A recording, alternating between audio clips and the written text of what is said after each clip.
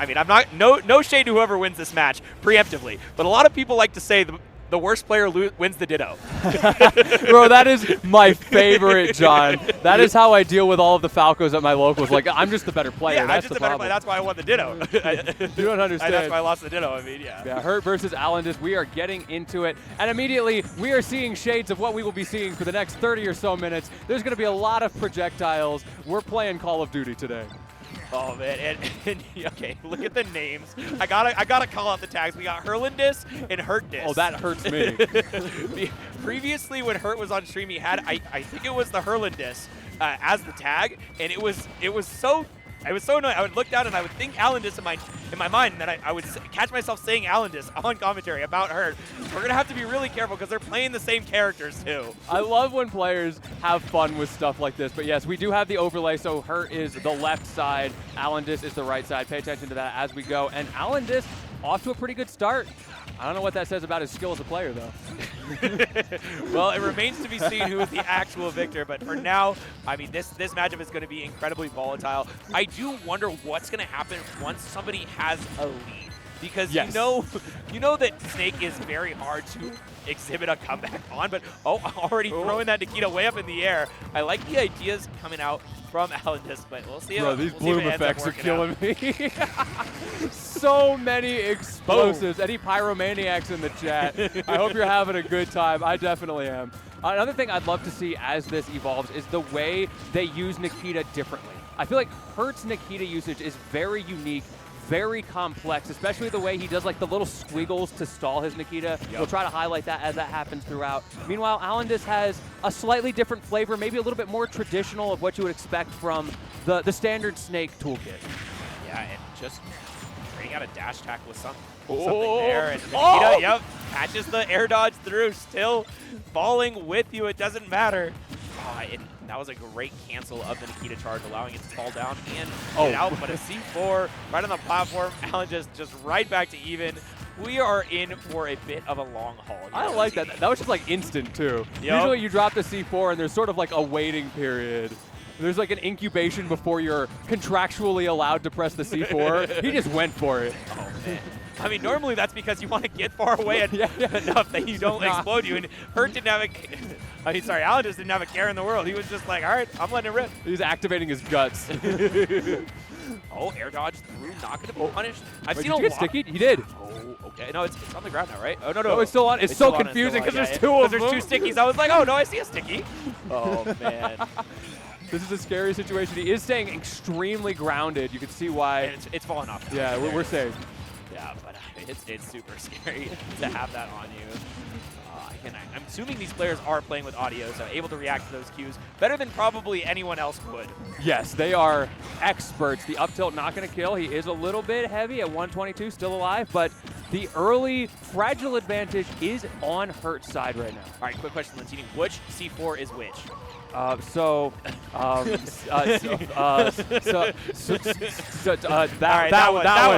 one. Like I was saying, Alan setting off the C4. Right away, throwing out that Nikita just as a laser beam in that case, basically a Samus missile. Let's see how the Nikita, a little squiggle out, but able to counter the neutral air with his own falling back air. Yeah, dirty frame trap there. Just looking good here. Dash attack across after the parry. Trying to use that downer to punish it out, but yeah, I saw the falling Nikita. I was like, is it gonna catch while he's going down? I don't like this. My blood pressure is rising by the moment right now. As another C4, they're having a little play date in the center right now. The two C4s getting to know each other.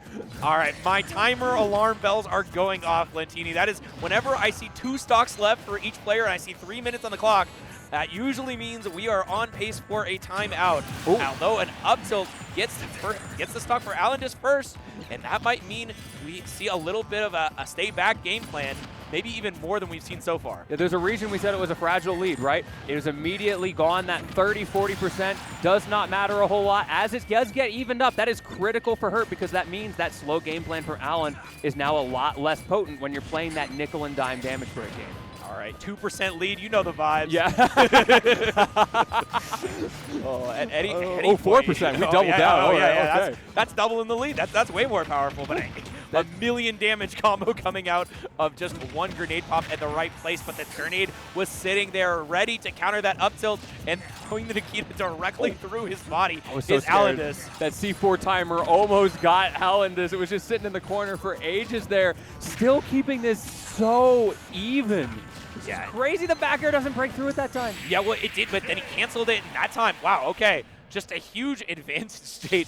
Cleans out the last stop for AlanDiss, and what seemed like it was a very on-pace game for a timeout suddenly exploded within a singular minute. Quite literally exploded. It goes to show just how well you have to play those offstage those games and the high recoveries, how fragile you can be in that scenario. He died at what, like 70-something to a stray Nikita? And how many of those Nikitas in those high recovery scenarios did we see throughout that game? And it only went off once. Yeah, so previously, AlanDiss had been going for the back air to break Nikita, and then Hurt had tried to cancel it to reactivate the hitbox. But I think just due to the hurt box shifting, it didn't really connect. That time, though, it was higher on his body when he got the back air to cancel the hitbox of it. So it managed to reactivate in time with that cancel on Hurt's side. So really good awareness there by Hurt, getting that stock. And, you know, I mean, geez, the game was so even for so long. And both of them knowing they got the same moves. They're going to trade. The jab checks going on there as well. One of them just choosing to mash, the other playing defensive. And sometimes mashing is the answer, but what a combo! God. Okay, Hurt. I see you. I mean, number one snake in the world for a reason, I guess. But he's losing the allegations if he's winning the Ditto. That's all I'm saying. That's a little rough. I'm a little worried about Hurt's future with the way this is going. But that is a great example of like the difference maker in a zoner matchup like this, where one player has the ability to every once in a while get that big hit, get that big conversion, and if the other doesn't have the same response, if he can't get like a Nikita kill here, for example, which he does not, it's so easy to get dog walked in the long term. Yeah, that is a great point. Exactly what you're talking about with the zoner, the Dittos. It's figuring out like when you can activate your win condition, and since you're both the same player, the same character, you have the same win condition. Well, same brain cell at least. Yeah, same brain cell. Oh man, the brain cell says grenade. But yeah, you have the same win condition theoretically, but in actuality, we see that AlanDiss has been falling for a lot of these Nikita traps while in the air, while Hurt has really not gotten caught by any of them. So it does not seem that the playing field is quite as even as it might appear based on the character selections. Yeah, a lot of those setups, it feels like a bit of an I've been here before from Hurt, knowing already going into this how to respond to certain scenarios. Meanwhile, AlanDiss is trying to figure it out in real time. So you see some mix-ups, some different ideas of how to get down from there. Sometimes it works, sometimes it doesn't. Yeah, and now, I mean, just the lead is mounting for Hurt. As you see, AlanDiss a little bit of desperation in trying to figure out a way in on Hurt, and it has not been panning out. We just see a lot of catches from grenades in positions that it felt like AlanDiss was not getting hit by anything remotely similar to that earlier. Now, let's see. Oh, dear. Yeah, okay.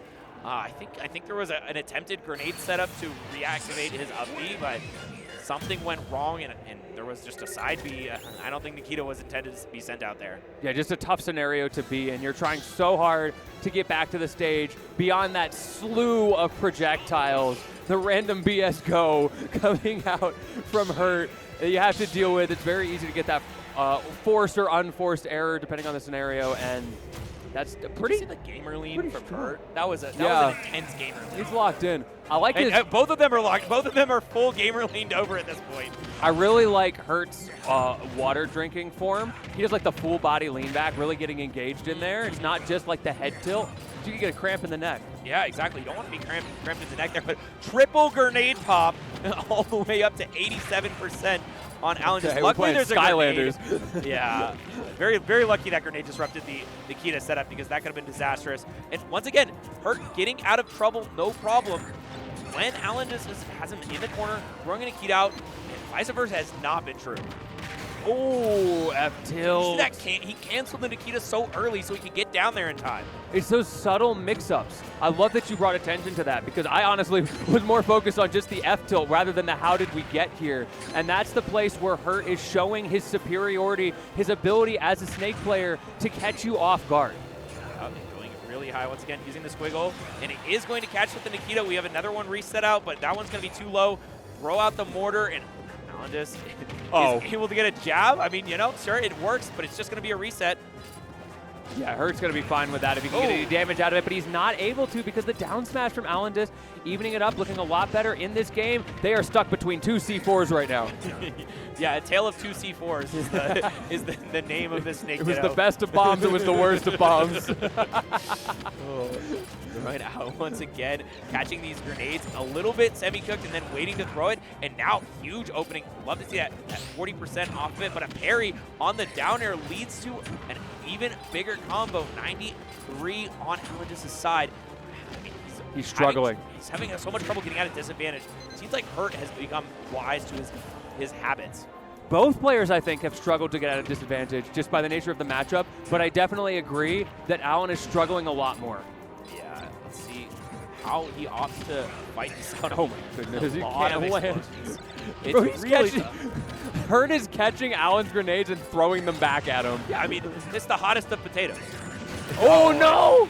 And I think that Alan just thought that was his own C4 there, and so didn't realize there was the second C4 on the platform. Oh, that's so tragic. All right, another C4 on the platform is exploded. That one was AlanDiss's. This is an sets it up. Insane matchup that we're watching right now. You should be able to explode your opponent's C4. Yo, that going like it's a slightly different input. Yeah. Or you could balance it. It's like a press and hold. If you like hold for 30 frames, then it goes. Or if you grab them, you like steal their activator. Ooh, it's like a little animation. He like puts his hand in the pocket. Yeah, and it just takes the activator out, so you can activate his C4 now. Could you do like a Pokemon thing where you like item swap? You swap activators? Yeah, that could work out. Oh man. This is getting down to the wire. Hurt in a very comfortable position. He goes for a read with that dash grab, not able to find it, but putting a pressure on AlanDiss to make something happen. It gets stuck off stage. I'm scared of that Nikita. Yeah, the Nikita doesn't manage to connect, and now AlanDiss goes all the way over to the other side, just is like, I need to reset my neutral state. I do not want to be fighting you directly in the corner while you have the full wall set up. But I mean, this is still, it just seems like Hurt, massive control of this game. Very difficult to make a comeback on this character, and as this character for that matter. And now, okay, back throw doesn't get the stock just yet. Whose C4 is that? That's AlanDiss's, right? Okay, I think that was AlanDiss's. Yeah, it is. I just get a little worried when I see somebody sitting on one. Yeah, you're just standing on it. Yeah. It is scary. Yeah, I think Hurt doesn't have one out right now, so he's got an opportunity to drop it anywhere he resides. Alan just puts it on that side. Be careful of the recovery path. Okay, it's gone. Yeah, it goes really high with the Nikita, but double switch on the grenades allows him to get out of there, and now... Look at the percents. Nobody wants to take that risk. We've seen Hurt a little bit more willing to do it, but even still, like that dash grab that he did that did get punished, he was too far away for a big one, and ooh, that was scary. Yeah, I mean, we're pretty close to grenade kill percent right now. Finally, the Nikita finds his mark, but 181%, one grab away from death. One C4, even close to grenade if it's not stale now. Okay, yeah, it's close. It's close, but if he's in the air at all, he will blow up there. And of course, that C4 absolutely going to be able to do it. The question is, can AlanDiss find a way to nickel and dime back into this, or maybe find one of those big confirms that Hurt was finding on him? Yeah, I mean, there's always a big opportunity for damage conversions. Oh, that was a chance. I thought that was going to do it. I mean, C4 does so much damage. He had the right idea, just the timing was slightly off on when he exploded the C4. I mean, AlanDiss has not gotten really hit for the last 30 seconds or so, but the problem is when you're one hit away from death, all he needs is one. Yes, you have to play so perfectly from this point, and you can't take risks banking on that reward to get the big damage on Hurt. You have to let it come to you, and Hurt is not letting him do that.